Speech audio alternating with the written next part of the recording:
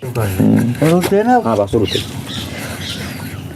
राधे राधे दोस्तों, स्वागत है आपका हमारे YouTube चैनल में। आज हम आए ब्रजमंडल के 84 कोस की परिक्रमा में आने वाला ऐतिहासिक गांव सौंद गांव है। सौंद गांव के लोहिनावाली रोड पर एक गौशाला है। चौधरी अरुण बावन पालों के सरदार चौधरी अरुण जेलदार के खेतों पर एक गौशाला बनी हुई है। वहीं पर एक कुटिया है। उसी कुटिया के अंदर एक संत जिनके हम दर्शन करने के लिए आए हुए हैं और अपने सभी दर्शकों, अपने साथियों को उनके दर्शन कराने के लिए आए हैं और उनके विचार आप लोगों को सुनाने के लिए आए हैं। उनके विचार आपके जीवन में किस तरह परिवर्तन ला सकते हैं, उस परिवर्तन के बारे में हम आपको दिखाने के लिए लाए।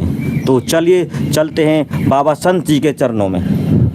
हेलो, ओम नमः शिवाय। प्रिय भक्तों, मेरा परिचय, मेरा नाम स्वामी ब्रह्मानंद सरस्वती, मेरे गुरुजी का नाम स्वामी दयानंद सरस्वती। हमारा गुरु स्थान बहीन पहाड़ी बस्ती में पड़ता है।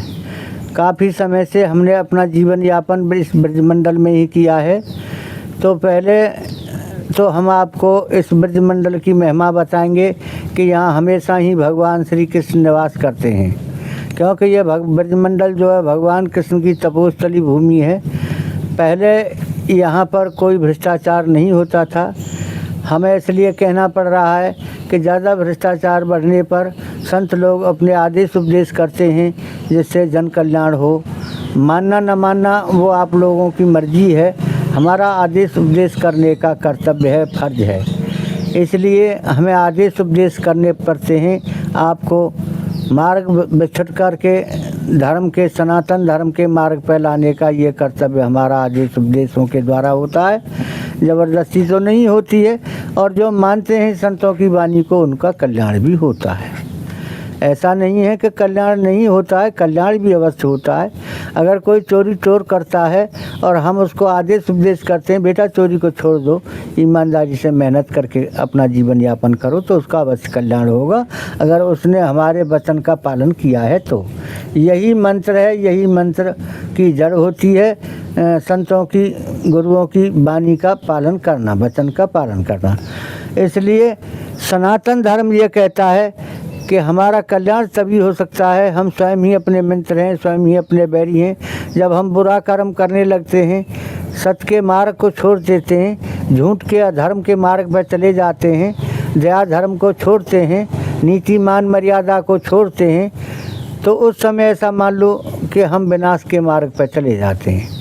अगर हमें विकास के, कल्याण के मार्ग पर चलना है तो हमें अवश्य दया धर्म नीति मान मर्यादा का पालन अवश्य करना चाहिए। इसमें हमारा ही कल्याण होता है। मनुष्य स्वयं ही अपना मित्र और स्वयं ही अपना बैरी है। हमें अपने जीवन को समझना चाहिए कि जीवन हमारा क्या है। हमारा जीवन है अनुशासन, जिसको हम अनुशासन कहते हैं, उसी का नाम मर्यादा है। जब हम अनुशासन में, मर्यादा में अपना जीवन यापन करते हैं तो हमारा अवश्य ही कल्याण होता है, क्योंकि ये कल्याण का मार्ग है, ये सनातन मार्ग है। और हमारी वाणी में बड़ी मधुरता, नम्रता होनी चाहिए और दूसरे लोगों का सम्मान हमें अवश्य करना चाहिए और दूसरे लोगों की हमें सेवा अवश्य करनी चाहिए। चारों वेदों में, 6 शास्त्रों में बस सिर्फ एक ही ज्ञान की बात लिखी गई है। 4 वेद 6 शास्त्रों में बात ज्ञान की दो, सुख दोगे सुख होगा, दुख दोगे दुख हो। अगर हम किसी को सुख देंगे, हमें सुख की ज़रूरत है। अगर हम किसी को सुख देंगे तो हमारे अवश्य ही सुख होगा। अगर हमें दुख की ज़रूरत है और किसी को अगर हम दुख देंगे तो हमारे लिए अवश्य ही दुख हो जाएगा, क्योंकि परमात्मा न किसी को सुख देते हैं और न किसी को दुख देते हैं। ये दुख सुख का कारण स्वयं ही मनुष्य होता है। वो अपनी बुद्धि के अनुसार कर्म करता है। यथा योग्य बुद्धि तथा योग्य कर्म। कर्ता के लिए फिर क्या होता है, उसे कर्म करना पड़ता है। सभी लोग करता हैं, कर्म अवश्य करना पड़ता है। कर्म बुद्धि के अनुसार होता है, कर्म प्रधान है। इसलिए बिना कर्म के किसी को परमात्मा नहीं रहने देते हैं खाली बैठा, क्योंकि भगवान ने इस सृष्टि को जो भी रचा है वो कर्म के ही लिए रचा है। कर्म करना, और कर्म करने से ही मनुष्य विनाश को प्राप्त होता है और कर्म करने से ही मनुष्य विकास को प्राप्त होता है, कल्याण को प्राप्त होता है। कुकर्म करने से कोई पूजा भक्ति नहीं होती है, मनुष्य अधोगति में जाता है। कर्म करने से पूजा भक्ति सब कुछ होता। कर्म की पूजा हुआ करे, बेकर्म को झेला हुआ करे, कुकर्म को झेला हुआ करे, बिना कर्म के भक्त जनों बक जन्म ढकीला हुआ करे। और दमेणी ही सिद्धंती कार्याणी नहीं मनोरथई नहीं सुप्त सिंहस्य प्रसंति मुखे मृगा विद्या ददात विनय विनय त्याति पात्रताम तद्धन तत्सुखम भक्ति। और साह संपन्न दीर्घ सूत्रम क्रिया विद्यज्ञम विष्णे सशक्तम लक्ष्मी स्वयं याति निवास हेतु।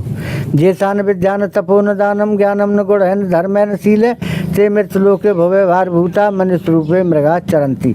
कर्म प्रधान विस्तृत राखा जय फल करे वो तय फल चाखा सकल पदार्थ है जग माही कर्म ही नर पामे नाही। इसलिए कर्म को समझना चाहिए। कर्म ही तपस्या है, कर्म ही पूजा है, कर्म ही भक्ति है। और कुकर्म को त्यागना चाहिए, शुभ कर्म को करना चाहिए, क्योंकि बिना शुभ कर्म के संसार में किसी को सुख प्राप्त नहीं होता है। शुभ कर्म बिना सुख ना है किसी के हो जमाने में। शुभ के तजे अशुभ के करते भूखन मरे पेट नहीं भरते। पेट उन्हन के नहीं भरे वे मुक्ति दौरे दौर टूटी छान में हजिया फूटी ना बैठने की ठोर। जब रोत्या में बरसा की घर भीजे चूल्हे चाकी। वे तो शरण नहीं करता की वे तो ताप सहे विपता की झेलें ताप भोग रे आप कसन्ना रे दुख पाने में। शुभ कर्म बिना नहीं सुख किसी के हो जमाने में। वे तो नंगे पैरन मर फिरते खटिया नहीं धरन में पड़ते। वे तो काम पराया करते भाई शुभ कर्म बिना सुख ना किसी के हो जमाने में।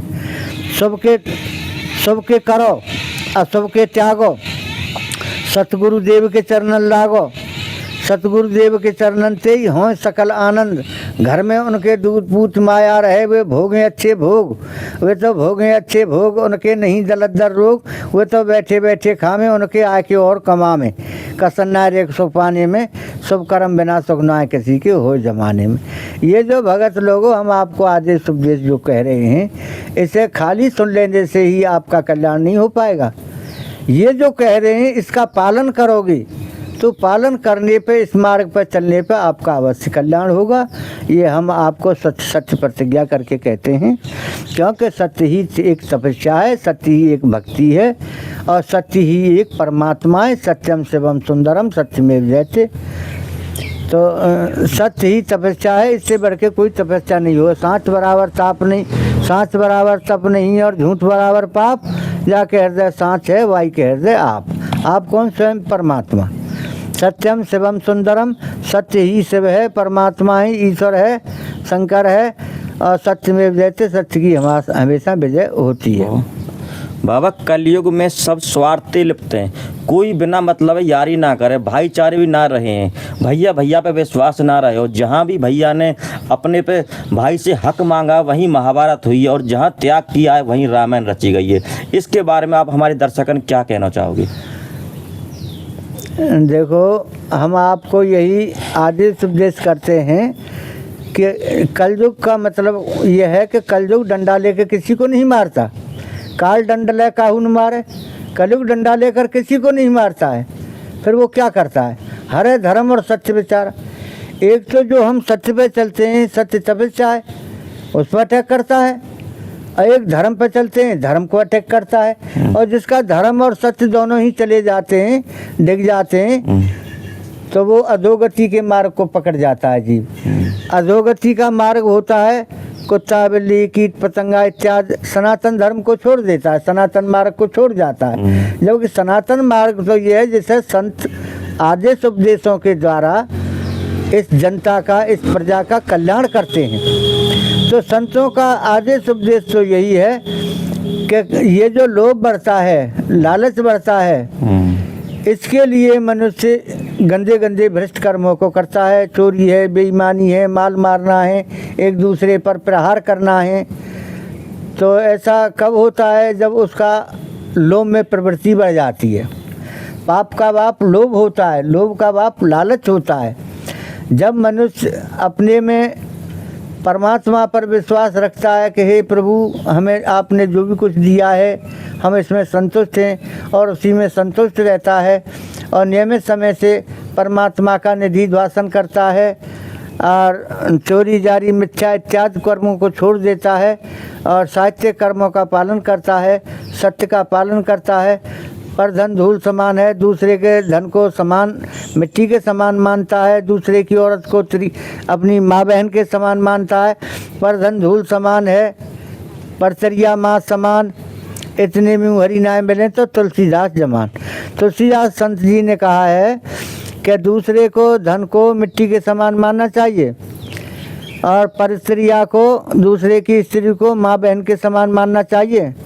अगर इन दोनों ही प्रतिज्ञाओं का मनुष्य पालन करता है तो इसे परमात्मा को प्राप्त होने में कोई ज़्यादा समय नहीं लगता है, क्योंकि परमात्मा हर जीव के अंदर निवास करता है। ये जो परमात्मा है, परमात्मा एक आत्मा का ही नाम परमात्मा है। आत्मा भी अविनाशी है और परमात्मा भी अविनाशी है। ये आत्मा ईश्वर का अंश है, ये कभी मरता नहीं है, ये अविनाशी है। बस हमारे काम क्रोध मद लोभ मोह माया मत्सर ये जो अंदर हमारे पैदा होते हैं वो हमारी आत्मा को जकड़ लेते हैं, गंदा कर देते हैं और फिर वो कल्याण के मार्ग पर नहीं जाती है, वो विनाश के मार्ग पर चली जाती है। अगर कहीं संतों की शरण में चले जाते हो तो उनके आदेश उपदेशों से हमारा कल्याण होता है, क्योंकि वो हमें बुरे मार्ग से हटा करके अच्छे मार्ग पर, सनातन मार्ग पर चलाते हैं। और हमें अवश्य चलना भी चाहिए, अपने कर्तव्य का पालन करना चाहिए। अंत में बाबा 2 शब्दों में कोई संदेश देना चाहोगे? मैं दर्शन कर 2 शब्दों में संदेश दो, कोई ऐसा बढ़िया सो। गृहस्थ आश्रम के कल्याण के लिए सबसे अच्छा संदेश है, अपनी स्त्री है उसको हमेशा माँ बहन के समान समझना चाहिए। दूसरे की बहन बेटी हैं उनको भी माँ बहन के समान समझना चाहिए। चोरी कभी नहीं करनी चाहिए, जुआ सट्टा गांजा भांग कभी भी, मांस मदिरा खान पान इस तरीके का कर्म त्याग देना चाहिए। बिना त्याग के किसी का कल्याण नहीं होता है। जब हम बुरे कर्मों का त्याग करते हैं और अच्छे कर्मों को धारण करते हैं तो हमारा अवश्य कल्याण होता चला जाता है। यह संसार के कल्याण के लिए आदेश उपदेश है, एक व्यक्ति के लिए नहीं, व्यक्तिगत नहीं है, ये समाज और संसार के कल्याण के लिए है। और जो है सनातन धर्म इसी का हमें जागरूक करता है और हम संत लोग भी इस समाज को और सनातन धर्म को जागरूक करते हैं, जीवित रखते हैं। जीवित रखने के लिए ये आदेश उपदेश इस YouTube चैनल के द्वारा आप सभी लोगों के पास भेजते हैं, क्योंकि हम व्यक्तिगत हर एक व्यक्ति से तो मिल नहीं पाते, पर ये हर एक व्यक्ति के पास हमारे आदेश उपदेशों को पहुंचाता है YouTube चैनल। और काफ़ी समय से चल रहा है। YouTube चैनल वालों के पूरे परिवार को हम धन्यवाद करते हैं कि उनका कल्याण हो। उन्होंने ये जो YouTube चैनल आप सभी के पास में, इन लोगों की कृपा से ही हम अपने आदेश उपदेशों को पहुंचा रहे हैं। क्यों कि आप सभी लोगों का मिलकर एक साथ कल्याण हो। और वैसे तो हम आपके पास में रोज़ाना किसी के पास में सत्संग नहीं कह सकते, बाकी हमें ज्ञान प्राप्त होने का मार्ग एक ही है, जो है सत्संग। बिना सत्संग के ज्ञान नहीं होता है। बिना सत्संग विवेकन होई, राम कृपा बिन सुलभन सोई, सठ सुधर सत्संगत पाई, पारस परस को गासवाई। ये थे बाबा के सत्य विचार, जो बाबा ने सत्संग किया था। इस सत्संग को आप अच्छे से सुनेंगे और इस पर अमल भी करेंगे और इसी के अनुसार अपने जीवन को व्यापन करेंगे। दोस्तों, जहाँ बाबा इस छोटी सी कुटिया में यही तप करते हैं, मैं उस कुटिया के दर्शन आपको एक बार करा देता हूँ। बाबा छोटी सी कुटिया में रहते हैं। देखो, ये बाबा की कुटिया, यहीं पर रहते हैं, यहीं पर खाना बनाते हैं और यहीं पर अपना भजन ध्यान किया करते हैं। बाबा का छोटा सा आश्रम है, उसके मैं दर्शन आप सभी को करा देता हूँ। कितना अच्छा सुव्यवस्थित किया हुआ है बाबा ने अपने आश्रम को। ये बाबा का आश्रम है। बारिश हुई थी अभी थोड़ी देर पहले, सभी जगह पानी भरा हुआ है और ये बाबा का आश्रम है। देख लीजिए बाबा का कितना अच्छा, और कितने अच्छे अच्छे पेड़ लगा रखे हैं बाबा ने। ये बाबा का आश्रम है। सभी बाबा के आश्रम के दर्शन कर लीजिए। बारिश हुई थी, बारिश के कारण सभी जगह कीचड़ हुई पड़ी है। ये बाबा का आश्रम है। यहाँ बाबा यहीं तप करते, यहीं जंगल में रहते हैं अकेले।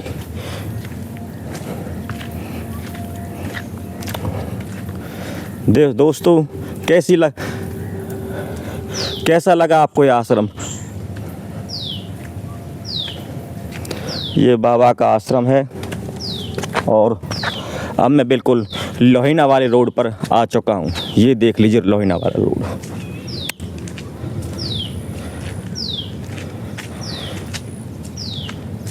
धन्यवाद।